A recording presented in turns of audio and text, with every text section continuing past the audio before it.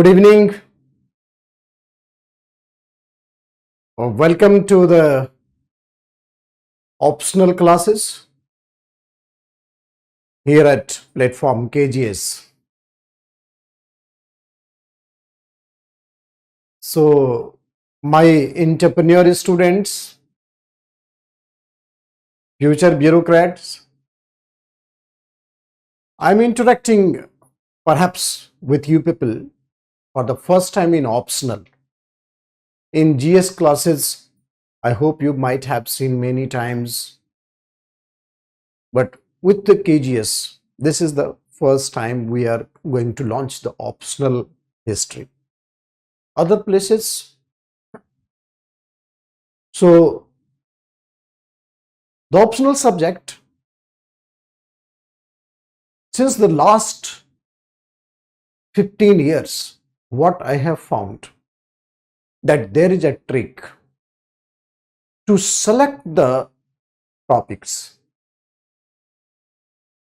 In history, the biggest technical achievement of any teacher or the coaching is to find the relevant topics related to the UPSC preparation.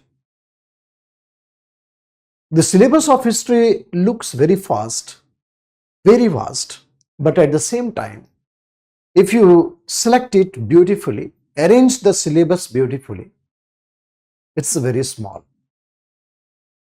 And 50% of the things, in fact 60%, generally coincide with the GS paper. In GS paper also, we go so deeply in preparation because history normally comes with the toughest values. And in optional also, दोनों paper में आप देखेंगे ना, तो absolutely you'll find that there is hardly any difference as far as depth of the subject is covered. So history is not a big subject or vast subject, but it needed a meticulous arrangement of the syllabus, structural part at least. And second, the selection of the topic on which you go with the priority. This is very important. This is very important. So as far as my connectivity with you people are concerned, that's great, always, as usual. So in history optional also, you'll find that how you can arrange Hindi in English साथ ही चलेगा. This is an English medium optional paper, right? So we will do dictation in Hindi, and whenever it is required up to the most, then we go for the Hindi also. So we'll go dictation in English, and whenever there is a required, we will go for the discussion in Hindi also, but dictation will be in English because it's an English medium. And you know, the result also speaks a volume about the history subject. Very consistent. So why people choose this subject? Advantage, coincide with the GS paper. Lots of input come from in the essay paper. You can give various examples in the ethics section. So it is a multi-dimensional subject. Here we have the multidisciplinary approach also in taking the history optional. So recently, many of the students, they are taking multidisciplinary approach to see the question. So we will also follow the same pattern as usual, what I am following. So here, look at the length. From sources to study Indian history, which is our topic number 1,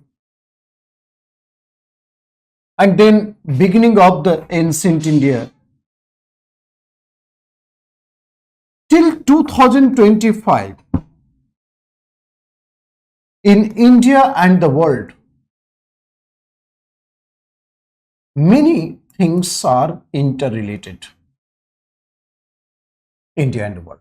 This is the length of the syllabus. And syllabus is static, but best part of our preparation will be how to add the current affairs along with the static section. Current affairs along with the static section.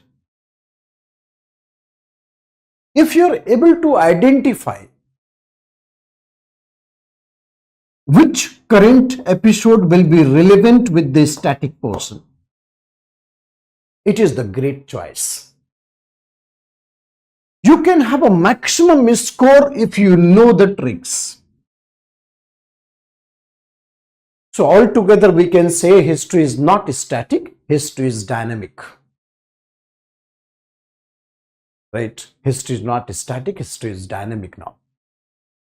And I told you many times, wherever you have found me, that the country which do not understand the history, its relevance, its existence is always questionable. And ours, it is not only a nation, but basically we are civilization. And civilizational fact lies in the sense that we have deep rooted history. Civilizational fact, we come to understand, come to know that we have a deep rooted history. So you can understand that how important our history is. History is not mother of, not father of all the subject, but basically mother of all the subject. And that is the reason I told you it is interdisciplinary. Okay, so history is not father of subject, but actually it is mother of all the subject. This is the reason what I said. It is multidisciplinary. So various aspects we will apply to study history. So one aspect is that how to add static section with the current section. We will follow copybook style. 50% of the problems of the history will solve if you learn the technique that how to segregate concepts and the facts. This is the second important thing that we have to learn. That make this optional paper different from GS. GS, we have more number of facts. You are presenting your knowledge with memory power. But here in optional, we discuss more on approach. We discuss more on theoretical part.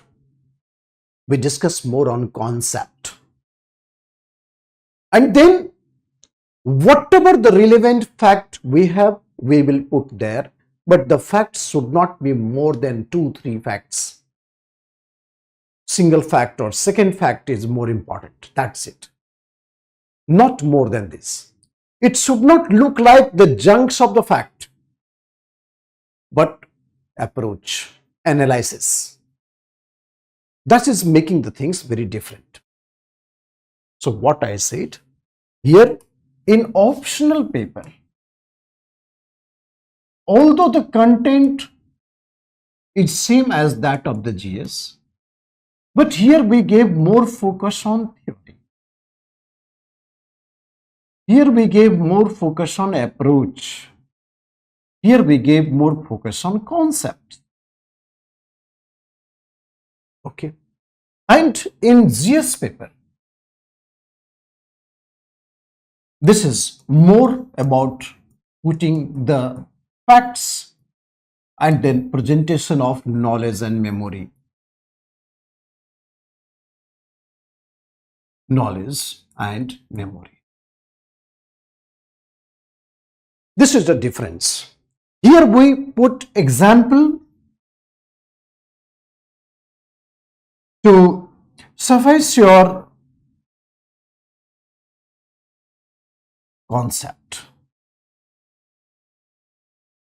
Whatever you have presented in theory, approach, concept, you must suffice it, must support it by facts. Maximum emphatic facts, but not more than one or two facts. Suppose you wrote one paragraph theory and you want to suffice this fact theory with the fact, not more than one fact. So these are the small tricks that is making the part very important, different from the GS preparation. Okay.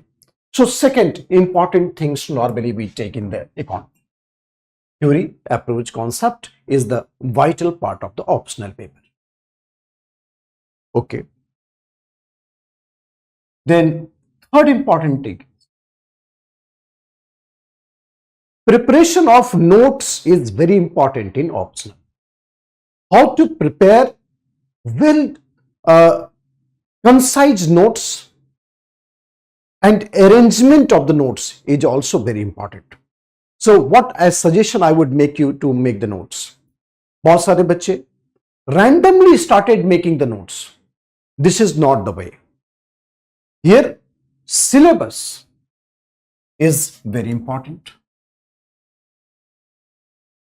Syllabus को आप ठीक से जज करिए. You judge the syllabus beautifully. Syllabus is your entirely all the religious text. So there are division of topics in the syllabus. So in paper one, there are 24 topics. 24 topics. Right? करीब 24 के आसपास topic है paper one में. Topic 1, topic 2, topic 3, like that. For example, I was saying you, this is the way that you read the syllabus here. Example देखो, मैं आपको दिखाता हूं. देखो, टॉपिक 1 जैसे लिखा हुआ है. See this topic. Topic 1. We have the first point, sources. Archaeological sources, exploration, excavation, epigraphy, numismatics, monuments. You must prepare the notes of each and every topic, each and every words. आपके पास numismatics पर 2 page का notes होना चाहिए. यहीं पर होना चाहिए. That is more important.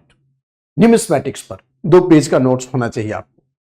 ठीक है. लिटरेरी सोर्सेज में क्या क्या है, इंडिजिनस सोर्स क्या है, प्राइमरी एंड सेकेंडरी क्या होता है.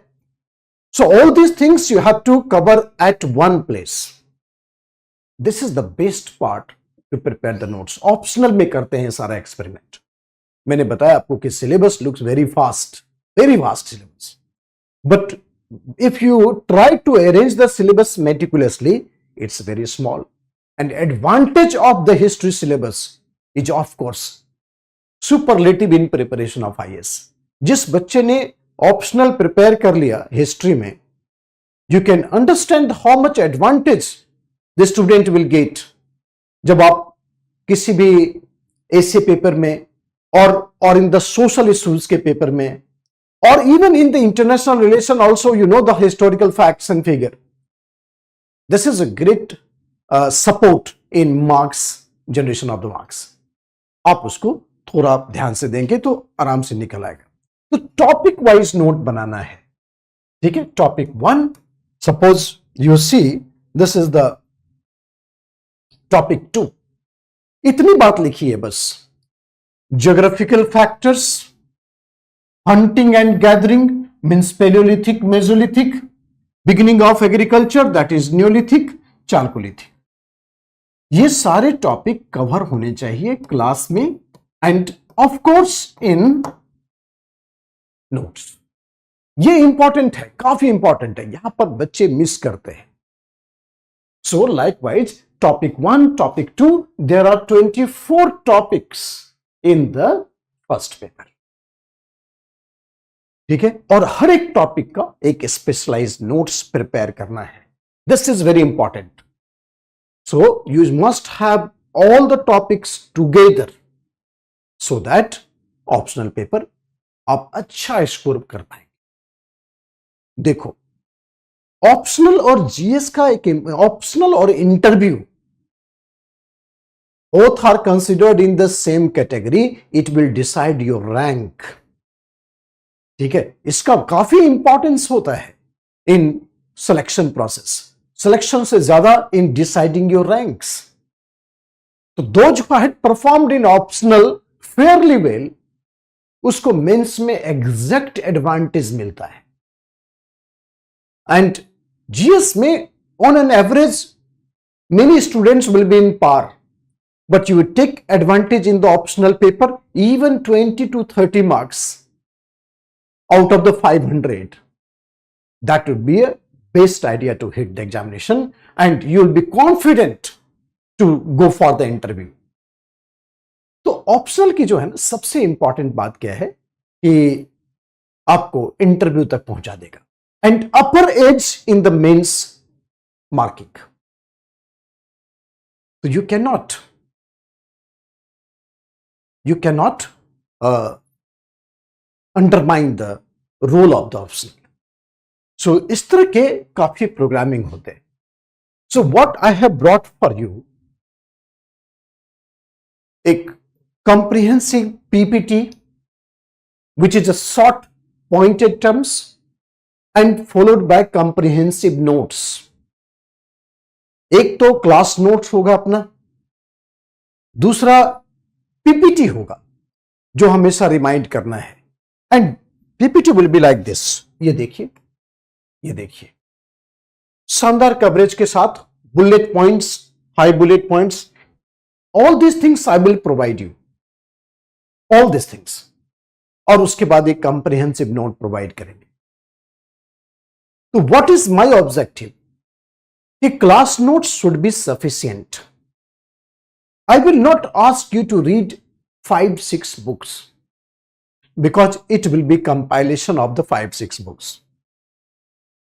एक छोटी छोटी किताब बोलेंगे पढ़ने के लिए, but the class notes will be the heavy dose.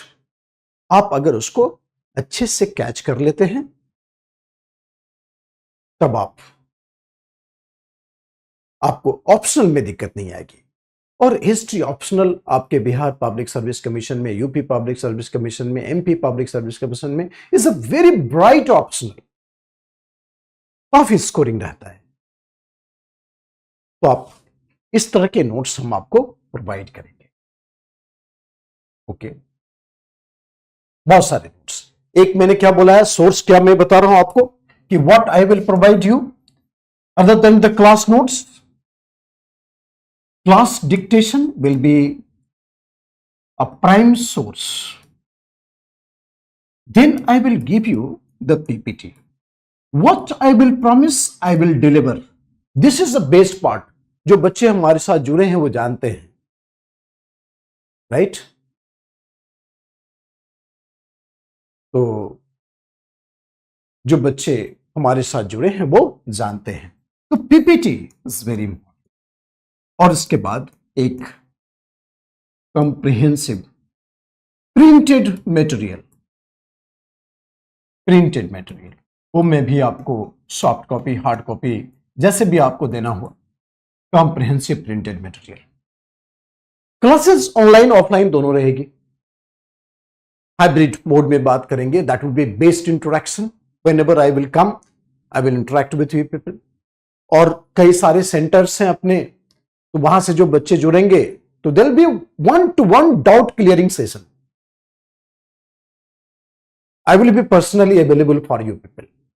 Allahabad में और अदर सेंटर्स जहां भी है, प्रयागराज में एंड अदर सेंटर्स जहां भी है, we will go for doubt clearing session and we will talk directly. ये काफी इंपॉर्टेंट रहेगा आपके लिए। Those who joined online, they will have a facility to interact with me live on the online as well as offline mode. तो ये हम facility आपको देंगे एंड ये तीनों तो हमारा काम है। इसके अलावा I will recommend one reference book for each ancient, medieval, modern and world history. We will go for the one reference book only. केवल हम एक ही सजेस्ट करेंगे आप, because most of the things, most of the books we will cover here only.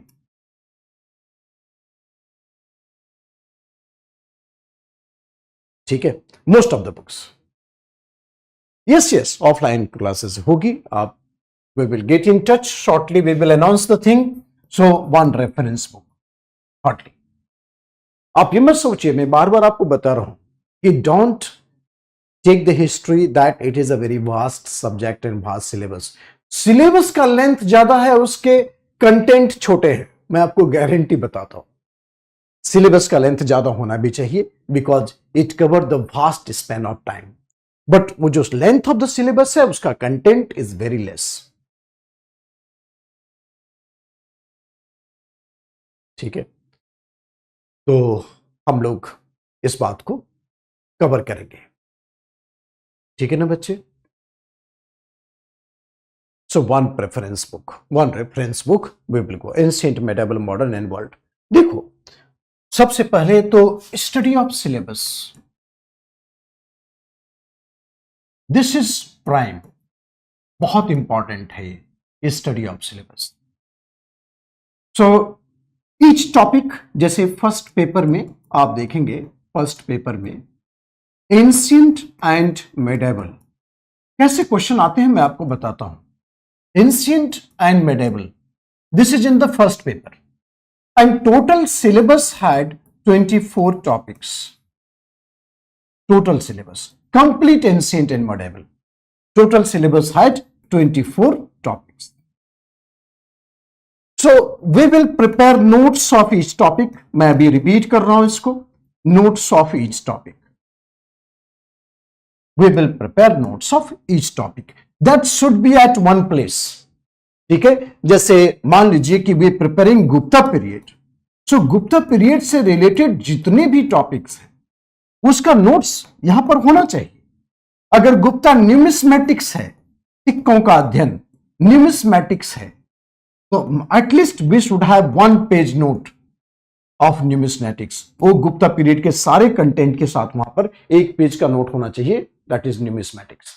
और इसको क्या करेंगे हम लोग, अगर ये 1 पेज का नोट्स भी हमारे पास है, ये हमारा सोर्स मटेरियल हो जाएगा।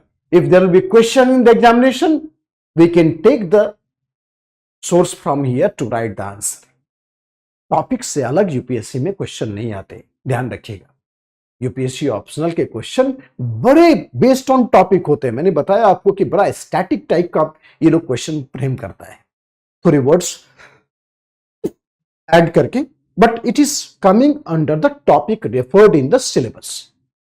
Okay, only making the things, what make the things different is the presentation. मैंने बताया आपको कि जो बच्चे थ्योरी पार्ट में ज्यादा फोकस किए, जो बच्चे कॉन्सेप्ट्स में ज्यादा फोकस किए, राइटिंग, अगर आप कॉन्सेप्चुअल राइटिंग में हैं और फैक्ट्स कम है, this is called edge in optional. आप एकदम बेहतरीन स्कोर करेंगे। अब जिस बच्चे को जीएस की आदत है और वो फैक्ट्स ही फैक्ट्स डाले जा रहा है, वो जो junk of the facts optional में है, वहां पर थोड़ा एग्जामिनर का जो मेंटलिटी है वो बदल जाता है। सो अप्रोच थोड़ा सा चेंज करना पड़ेगा in GS and optional, but content almost same रहता है। So how you will give more emphasis on theory and the concept part? This is not a very different study, but basically this is a practice. ठीक है, so how will differentiate, practice करवाएंगे आप। तो मैंने क्या किया है कि each and every topic we will discuss in the class and at the same time Each topic will have the relevant question if at all it is asked. अगर पूछा गया है तो उसको वहीं पर हम लोग एक फॉर्मेट तैयार कर लेंगे.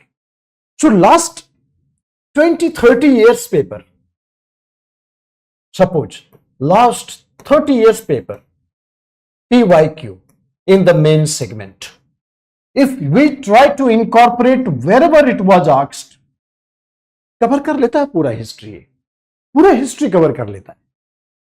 सो टॉपिक के साथ the relevant questions will be discussed. जितना ज्यादा हम लोग इस बात को करेंगे प्रैक्टिस, उतना ही हमारा कॉन्सेप्चुअल राइटिंग स्ट्रांग होगा. Remember one thing. So we will definitely go with this method. Time लगता है इसमें, नो डाउट इन दिस.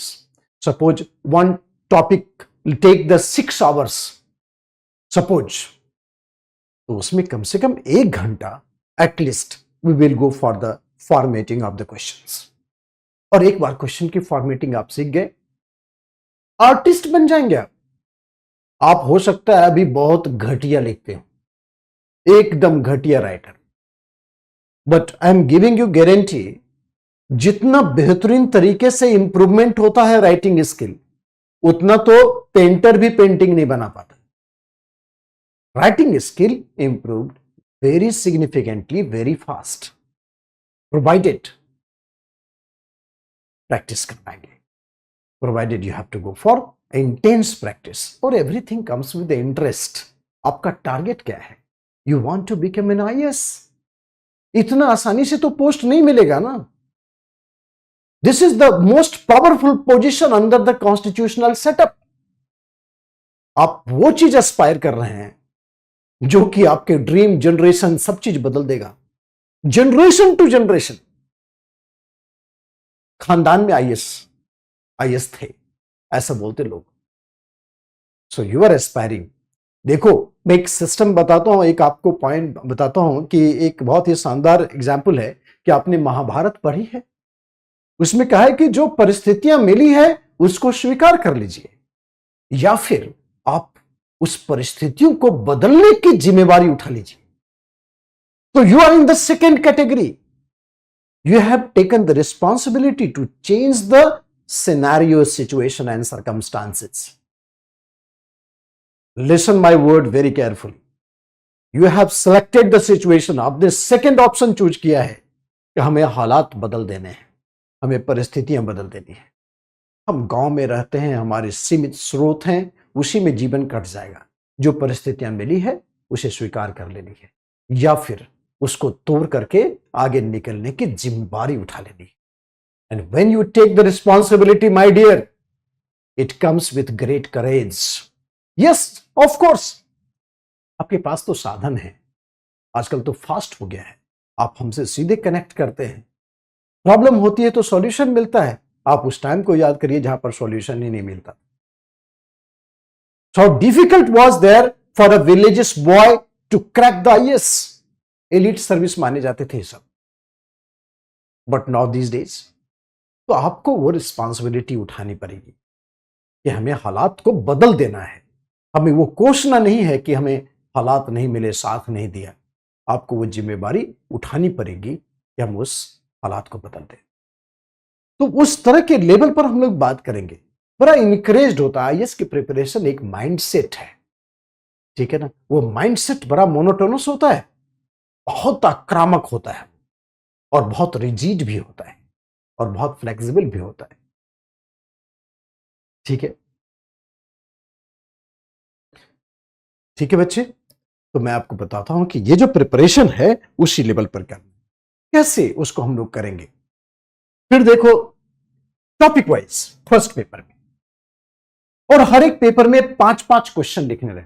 हर एक पेपर, जैसे फर्स्ट पेपर में 5 क्वेश्चन है. और देखो क्या ब्यूटीफुल चीज है. पहले तो 60 नंबर के एक क्वेश्चन आते थे, पूरा 600-700 वर्ड लिखना है उसमें. बट आजकल यूपीएससी ने बड़ा शानदार चेंज किया है. What UPSC did in the modern days of setting the questions, that one question had 3 subparts A, B, C. पहला जो आंसर होता है वो 20 मार्क्स का होता है, दूसरा 15 मार्क्स का होता है, 15 मार्क्स का होता है. ये टोटल 50 नंबर के क्वेश्चन है, और 5 क्वेश्चन लिखने हैं। बट ये अब वो बात नहीं है।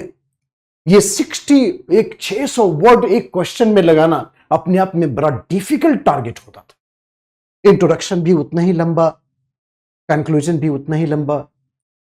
But here you can see the 20 marks question, 15 marks. आप चाहें तो इसको 250 वर्ड्स में समेट दीजिए, इसको 150 में समेट दीजिए, इसको 150 में समेट दीजिए, अगर बहुत कम राइटिंग है तो।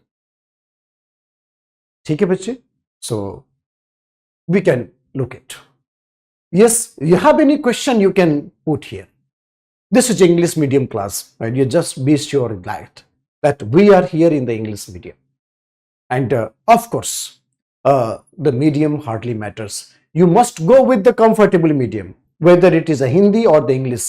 आपको जो समझ में आता है वही मीडियम चूज करिए और उसी में मेहनत करिए।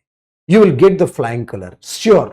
There is no compulsion कि आप इंग्लिश में पढ़ें तभी पास करेंगे, ऐसा कोई कंपल्सन है नहीं। So you choose the medium of your best comfort. ये आप ध्यान में रखिए। ठीक है, ये उन बच्चों के लिए है जो, देखो मीडियम जो है ना, राइटिंग का मीडियम बहुत ही सिंपल है।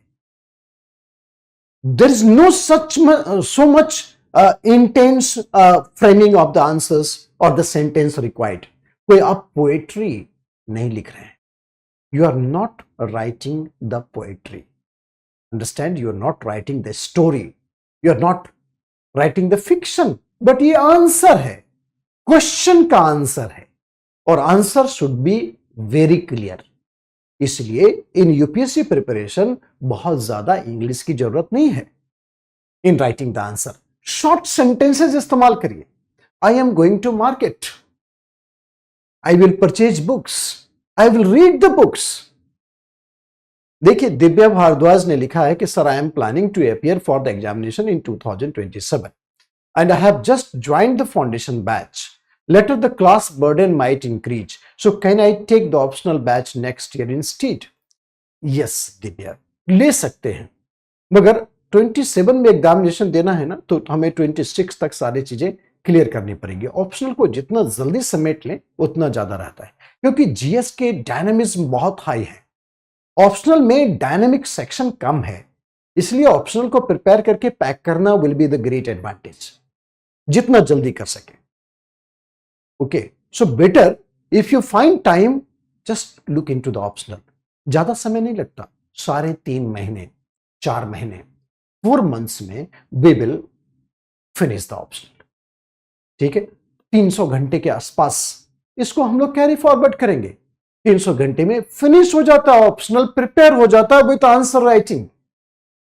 So it is not a lengthy process. अब खत्म ना करें तो और बात है, इरादा अगर खत्म नहीं करने का है तो डिफरेंट चीज, but if you intensively get involve, 4 months are sufficient for any optional, right? Around 300 hours we will make it. कोई भी ऑप्शनल, मैंने बताया कि हिस्ट्री का लेंथ बड़ा है, बट बड़ा दिखता है। Breaking of the topics are huge. ठीक है, गुप्ता एम्पायर लिख सकते हैं ना, find the sources and the major components of the Gupta empire, लिख के छोड़ देते, सिलेबस छोटा हो जाता। अब गुप्ता एम्पायर में लिखता है origin, political history, role of this ruler, numismatics, art and architecture, administration, economy, society, break कर दिया सिलेबस को, तो सिलेबस का लेंथ बड़ा हो गया। This is the difference. बाकी चीजों में देखेंगे एक लाइन में लिख देता है, उसके इंप्लीकेशंस बहुत बड़े होते हैं, और हिस्ट्री में एवरीथिंग इज क्लियर कि what is mean in the Gupta empire. ये सारी चीजें आपको पढ़नी है, और इसी का एक एक पेज का, 1.5 पेज का नोट्स आप प्रिपेयर कर लीजिए। मैं बताऊं आपको, नोट्स प्रिपरेशन में ना रटा जाता है। आप if you prepare the notes, you learn at the simultaneously. कोई बहुत ज्यादा उसमें एक्स्ट्रा एफर्ट लेने की जरूरत नहीं पड़ती। Okay, so Shubh Rai, Luv Kush, I think आपको समझ में आ रहा होगा। तो हम ईच टॉपिक के साथ ये जो आंसर राइटिंग का सेशन लाएंगे, and then you see I told you that each question had 3 segments, 3 sub part. अब वो टाइम नहीं है कि एक ही क्वेश्चन 60 नंबर का है, कॉम्प्लेक्स क्वेश्चन पूछ दिया, आप 3-4 पेज 5 पेज लिखते जाइए। No, they are asking breaking the questions in different different parts. 20 marks का, 15 मार्क्स का, 15 मार्क्स का, each question 50 marks, total 5 question, एक पेपर 250 मार्क्स। उसी तरह से सेकेंड पेपर में देखो, सेकेंड पेपर जो होता है ना, सेम डे एग्जामिनेशन होगा। Second paper we have modern and the world, modern and world history, and total 27 topics are there, दोनों को मिला करके there 27 topics, so total 51 topics history में। And modern India, the way that you read in GS, it is not less than optional. Remember one thing, in modern India, whatever you will study in GS, it is equivalent to optional. So we go deeply inside related to the optional paper, but we do at the same time, it is prepared along with the GS paper. बहुत आसान है, ठीक है। मैंने बोला आपको कि history में if any student had prepared 60% of the syllabus,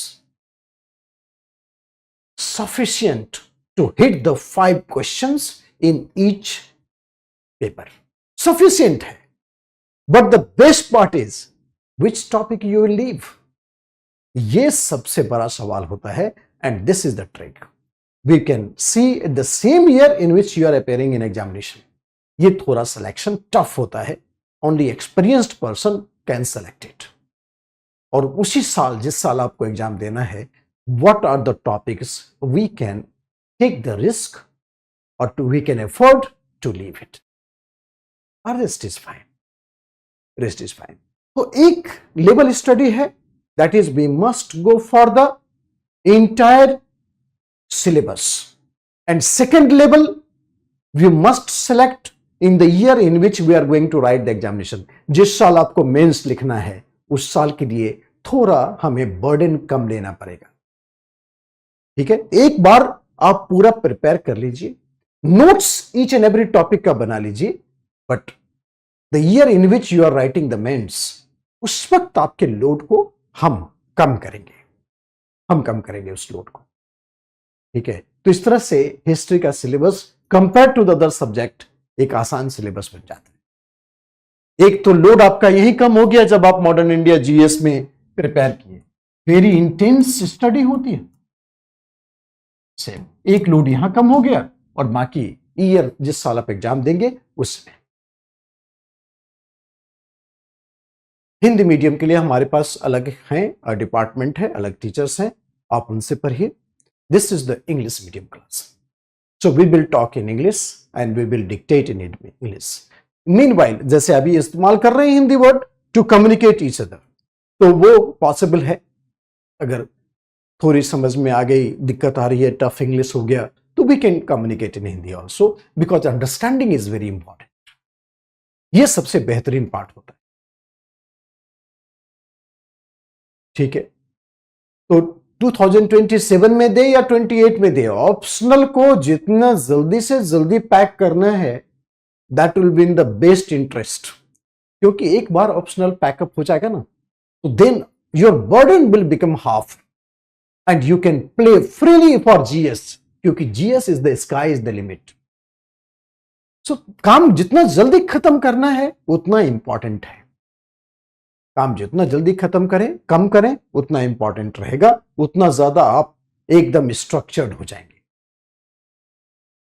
okay, so what I told you that total 51 topics we need to prepare.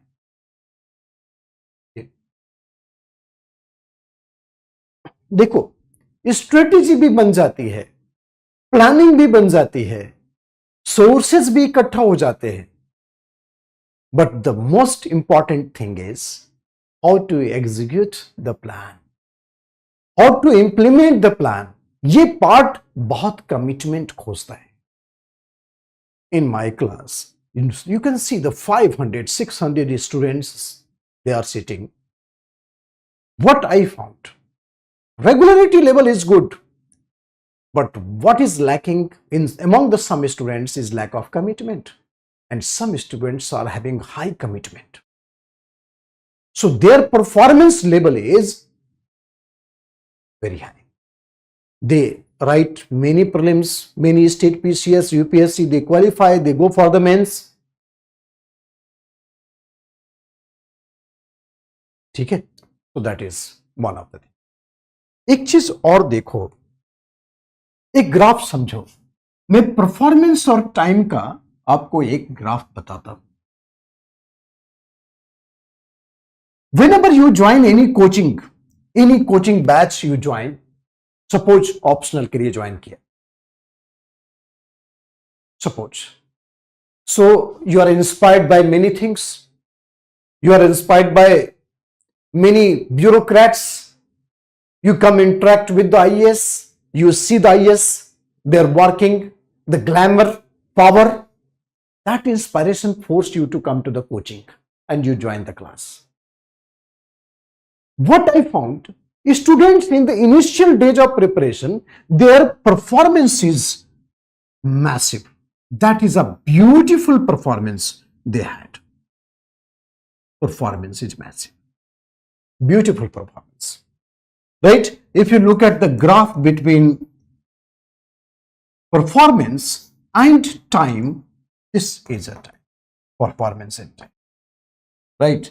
You come to the classes. Within 1 to 2 months, I am taking you, you come to the classes, your performance is like that. Whatever the time we is putting in the class, my performance is increasing like this. But when load increased, after 1 or 2 months of the coaching, your performance became like a straight line. Your performance became like a straight line. So 3-4 months of the coaching, your performance is like this. It looks like that you daily come to the class, but it is not paying too much. It is not increasing too much. बच्चे, एक अच्छा coaching और अच्छा coach इस बात के लिए important नहीं है कि बहुत शानदार डिलीवरी है. इंपॉर्टेंट इस बात के लिए है कि कितना इंटरेस्टिंग डिलीवरी है. ये interest in the subject is the prime thing that keep you motivated. अगर आपने जिस इंटरेस्ट से यहां पर स्टार्ट किया था, if you start with the same interest here, you continue with the same rhythm, then after 3-4 months, जो 5वां-6वां महीना कोचिंग का होता है ना, you are in the top list. अब आपका ग्राफ ऐसे शूट करेगा और आप पीटी देंगे, मेंस देंगे, इंटरव्यू देंगे, आईएएस बनेंगे. तो किसी भी कोचिंग का 1-2 महीने के बाद जो तीसरा, चौथा, 5वां महीना है, that is a very important. सो एक अच्छा कोचिंग या अच्छा कोच इस बात के लिए इंपॉर्टेंट है कि इस बीच में स्टूडेंट्स को कितना ज्यादा वो अपने सब्जेक्ट में इनकॉर्पोरेट कर पाता है. ये काफी इंपॉर्टेंट है. अदरवाइज 90% बच्चे यहीं पर अपना रिदम लूज कर देते, अपना टेम्परामेंट लूज कर देते और वो रेस से बाहर हो चुके हैं. तो ये काफी इंपॉर्टेंट फेज होता है. Whether you join the optional, whether you join the GS, everything. So what is so special about history? It always gives you lots of interest because all of us know the history in various segments. Maybe not so deep, but we understand everything. So syllabus का जो है ना, वो काफी important study होता है. Syllabus is massive. It is a huge. But I told you, only 60% we need to cover. But ये depend करता है कि वो 60% किस साल आप सेलेक्ट करते हैं, उस साल का 60% है. वो फिक्स नहीं है, वो डायनेमिक है, वो वेरी करेगा. But we will prepare the entire syllabus. हमारे पास सबके नोट्स होने चाहिए बंडल्स में. कि अगर गुप्ता के न्यूमिस्मेटिक्स को रिवाइज करना है तो एक पेज देखना पड़ेगा यहां पर, and that will be the source material जिसको लेकर के आप आंसर लिख सकते हैं. Okay, so no technical चीज required in history. It is purely mathematics. So बहुत ज्यादा इसमें आंसर की टेक्निकलिटीज चेक नहीं करते, आंसर का प्रेजेंटेशन अरेंजमेंट वो बहुत ज्यादा इंपॉर्टेंट है। इसीलिए थोड़ा सा हम लोग इस सब चीजों को देखते हैं। तो देखो बच्चे, ancient, medieval and modern, medieval and modern of Indian history. This is just separate segment, and then additional things which you don't study in GS is the world history. Right? In world history, of course, in GS we study the modern world. We study the modern world. इन सबको मिला करके we have only 300 hours to give in 4 months around, and the entire subject will be yours. Fine. So I have presented the notes before you. How beautifully it is arranged. ठीक है, वैदिक literature पर notes है. This is a PPT. It is basically the pointers. I will give this pointer to you, and secondly I will give you a printed extended material of this, analytical material of this, and same thing we will talk in the class notes also. तो ये भी एक reference material है आपके पास, और फिर आप इसे कैरी फॉरवर्ड कर सकते हैं. So keep talking with me, और सोर्स मटेरियल भी आपको बता देंगे धीरे धीरे. अभी फिलहाल उतनी बातें ना करें, अभी फिलहाल ये मोटिवेशन क्रिएट करें कि we are in the process of taking the history optional. What are the advantage of taking this optional? How beautifully you can arrange the optional papers, right? Ancient, medieval, modern को कैसे arrange करते हैं? Topic wise preparation is the best preparation. I am repeating again and again. And this is only way that we cover and finish the optional paper. एकदम छोटे छोटे 20 marks, 15 marks, 15 marks के question आते हैं. So 250 words, 150 words, 150 words, इस तरह के questions हम लोग फ्रेम करते हैं. So all together one question needed around 700 words. ठीक है. एनसीईआरटी ऑप्शनल प्रिपरेशन से पहले अगर जिस बच्चे ने एटलीस्ट एक सिलेबस का एनसीईआरटी पैटर्न देखा है 11th एंड 12th क्लास का, ठीक है, 11th एंड 12th क्लास की जो एनसीईआरटी पैटर्न है, 11th and 12th class NCERT pattern, 11th and 12th class NCERT pattern you must see before we start the optional. एक नजर आप जरूर देख लें, ठीक है, क्योंकि आंसर राइटिंग हम लोग पढ़ते तो बड़ी बड़ी किताबें हैं बट लिखते हैं एनसीईआरटी की तरह. ठीक है, किताबें बड़ी बड़ी पढ़ते हैं बट उस किताबों को कॉन्साइज कैसे करते हैं? एनसीईआरटी की तरह. और आप जानते हैं NCERT is 11th class book, 12th class book. So बहुत रॉकेट साइंस नहीं है इसमें, right? How to put your knowledge the right time, right space. कितना आपके पास टाइम है, कितना स्पेस है, you must write. Understood? So all these dimensions we need to cover. तो क्या मैंने बोला कि पढ़ेंगे बड़ी बड़ी किताबें क्लास में, but we will write like NCERT. So before we join the optional class, before we join the optional class, we must see all the topics written in the NCERT. Same topic was extended and arranged in the UPSC optional paper. And so it will be a great idea for step and step movement marking. It would be a great idea. So all of you join with me and topic wise preparation will be done. Then let us see some of the important things. जैसे Indus valley civilisation है बच्चे, Indus valley civilisation. I'm giving you one example. We study the origin of the civilization. We study the main characteristics of this civilization. Main characteristics of this civilization. Right? Art, architecture, literature. There is no literature. Then we see the economy, society, polity, religion, material culture. और इधर देखते हैं decline.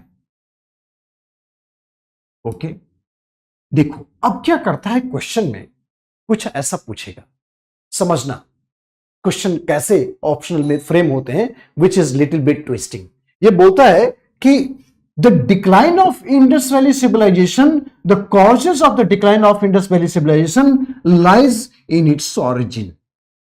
ठीक है, यानी कि Indus valley civilisation का जो डिक्लाइन है उसके निर्माण के कारणों में छुपा हुआ है, हिंदी में बोले तो. So the causes of the decline of Indus Valley civilization lies in its formation, lies in its origin.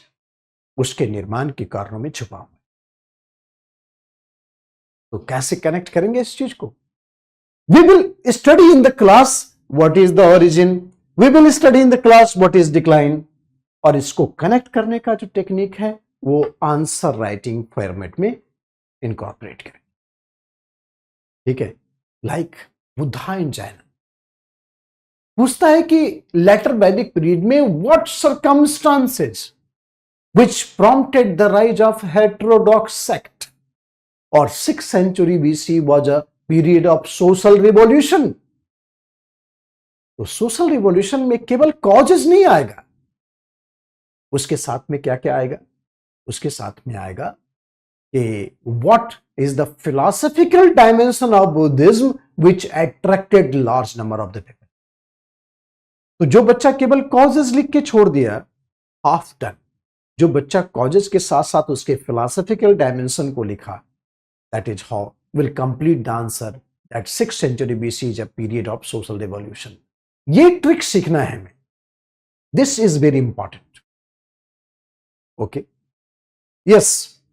Shivani Sharma BA history से किया है, एनसीईआरटी भी पढ़ना पड़ेगा. क्या पढ़ना पड़ेगा? एक बार देख तो लीजिए, it would be very easy. आप एक बार नजर तो मारिए उस एनसीईआरटी पर, it will be very easy. Okay, अब देखो एक और इंपॉर्टेंट बात बताता हूं. जितने क्वेश्चंस आप देखेंगे there are terms of asking in the question. जैसे क्रिटिकली एग्जामिन,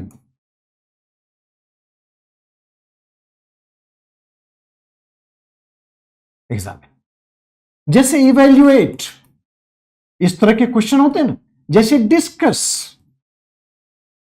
जैसे एलाबोरेट, ये सब जो वर्ड होते हैं, अकाउंट ऑफ, अकाउंट फॉर, ये क्वेश्चन आता है, इस तरह के वर्ड्स आते हैं क्वेश्चंस में. If you have this type of the words in the question, answer will be different. ठीक है, आंसर विल बी डिफरेंट. तो एलेबोरेट अलग है, क्रिटिकली एवेल्युएट अलग है, एग्जामिन अलग है, डिस्कस अलग है, राइट. अकाउंट फॉर अलग है, account of. So there are almost around 20 keywords in the examination. जैसे मान लो क्रिटिकली एग्जामिन है, तो यहां पर आप क्या लिखेंगे पता?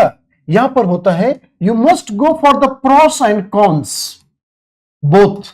You have to talk about the pros and cons both, मतलब पक्ष और विपक्ष दोनों में आप लिखेंगे. You have to write in the pros and cons, पक्ष और विपक्ष दोनों में लिखेंगे आप. ठीक है, उसके बाद योर फाइनल जजमेंट कि आप पक्ष में जा रहे हैं या विपक्ष में जा रहे हैं, must be supported by facts. Why you are supporting the पक्ष में, क्रॉस, और इसके बाद आप लिखेंगे कि why you have rejected the other alternatives, rejected the other alternative, आपने कौन को क्यों रिजेक्ट किया, ये भी लिखना पड़ेगा। इसको बोलते हैं क्रिटिकली एग्जामिन। बहुत कम स्टूडेंट्स इस बात को फॉलो करते हैं कि what is the meaning of the keywords, right, what is meaning of the keywords, it's very important. तो देखो, अगर क्रिटिकली एग्जामिन वर्ड लिखा है तो start writing pros and cons both. Your final judgement must be supported by the facts and at the same time why you have rejected the other alternatives, right. तो ये चीज आप इस level पर normally students knowledge के basis पर नहीं कर पाए, ये हमें सीखना पड़ेगा। And there are 20 keywords normally in entire 30 years question, GS, means everywhere, university, I have selected 20 to 25 and these keywords we apply कि किसमें क्या लिखना है, क्या फैक्टर्स होते हैं उसके। So I hope this is very useful to you। ये हम लोग कब करेंगे, जब एक टॉपिक फिनिश करेंगे and then we have a question on that topic in the PYQ, whether it is examined or elaborate, accordingly we will try to find the ways। पहले तो elaborate को define कर देंगे टॉप में, तब question के theme को select करेंगे और अपना कितना ज्यादा कंटेंट होना चाहिए इन 250 वर्ड्स या 20 मार्क्स क्वेश्चन में, वो देखेंगे। ठीक है, संजना बोलचरी के सर यूपीएससी की तैयारी करनी, एप्लीकेशन डाउनलोड करना जरूरी है क्या? ये यूट्यूब पर सब अवेलेबल हो जाएगा। ये देखो, यूट्यूब पर सब अवेलेबल नहीं होगा क्योंकि ये आएगा आपके चैनल पर। ठीक है, एप्लीकेशन के थ्रू ही आप इसको एक्सेस कर पाएंगे। This is not the free content. Okay, ठीक है, this is not the free content. आज हमारे इंटरेक्शन है आपसे, so therefore we are talking. So this is for the exclusive students, those who are the KGS students. So you have to download. Okay, board का colour वगैरह change कर देंगे।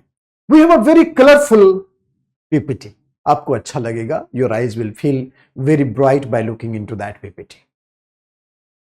you'll have definitely enjoy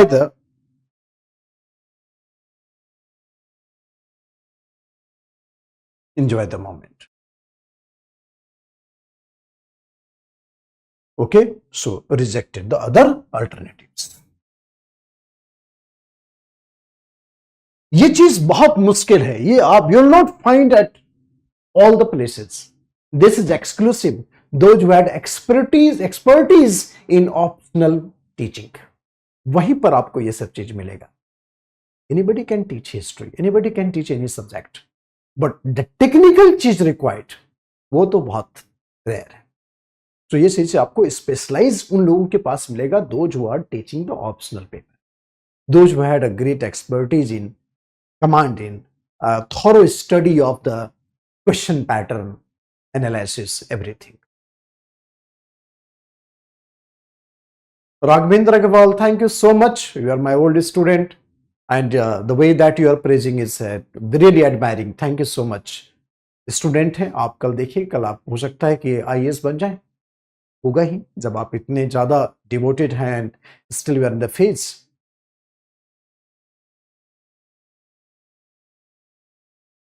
ठीक है Ankush, great, welcome to KGS, आपने join किया है, that's great. So we will go exclusively English medium. Discussion and discussion जैसे मैंने आपको फॉर्मेट बताया, हिंदी में भी चलेगा थोड़ा बहुत, बट सारे डिक्टेशन जो नोट्स बनेंगे, जो मटेरियल इनपुट होगा, it will be entirely in English. So we will expect those students only, those who are devoted to the English medium, fine, and you see the performance, come out with a flying color and we'll have a great time with you। So let us start our journey with lots of energy and the vigor, set the challenge and try to hit the bullseyes It's not difficult. It's easy. Okay. So thank you for the day. And lots of things we will talk once we start the syllabus. Have a nice evening.